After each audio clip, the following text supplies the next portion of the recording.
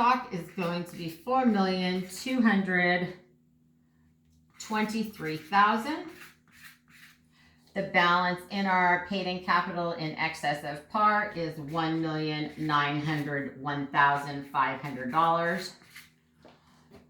The amount in our paid-in capital from the sale of treasury stock is $36,000. Our retained earnings balance is $5,401,932. And then finally, our treasury stock has that balance of $300,000. So the total across this way or the total down, we get a final total of $11,262,432. Phew. All right, and then finally, the last part of the problem, this is number 4.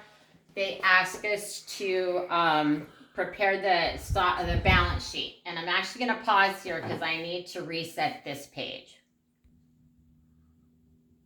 All right, I had to move that because of my left-handedness. So the last thing they want us to do is do the balance sheet.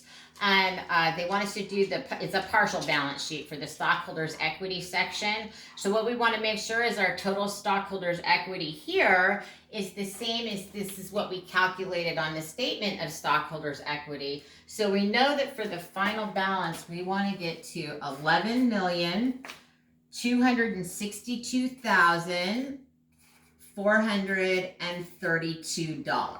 Okay, so that's where we need to get. Under stockholders' equity, remember equity is made up of our paid-in capital, which is our investor accounts, and retained earnings, which is the sum total of all of our earnings over the life of the company, less any dividends that were paid out. All right, so we've got our paid-in capital. The first item is common stock, $5 stated value. We have 844,600 shares issued. So that amount comes to $4,223,000. So that's $223,000.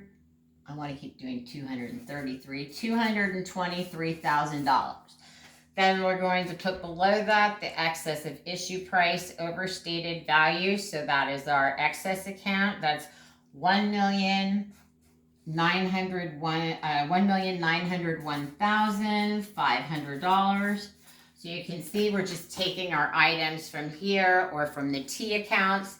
We also have that paid-in capital from the sale of the treasury stock of $36,000.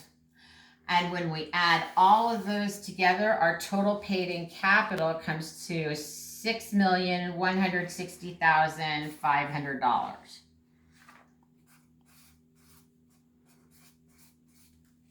So then to that, I'm going to add my retained earnings, which are $5,401,932. $5,401,932.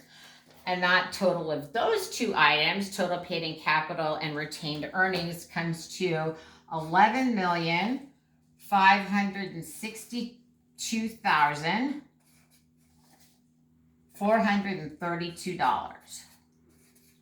And then finally, we need to reduce this total by the $300,000 from our treasury stock to arrive at our $11,262,432. So what you should be able to see here is that the only thing you can't see up here are the journal entries. However, we did the journal entries, then we posted the items to our T accounts. We balanced up our T accounts prior to creating the statement of stockholders' equity. We used the the account balances from the T accounts here and to record them individually up in the table. And then finally, once we get the total amounts, we moved it over to the stockholders' equity section of the balance sheet. Remember, this would be at the bottom of the balance sheet below liabilities. All right, long problem there. We're done.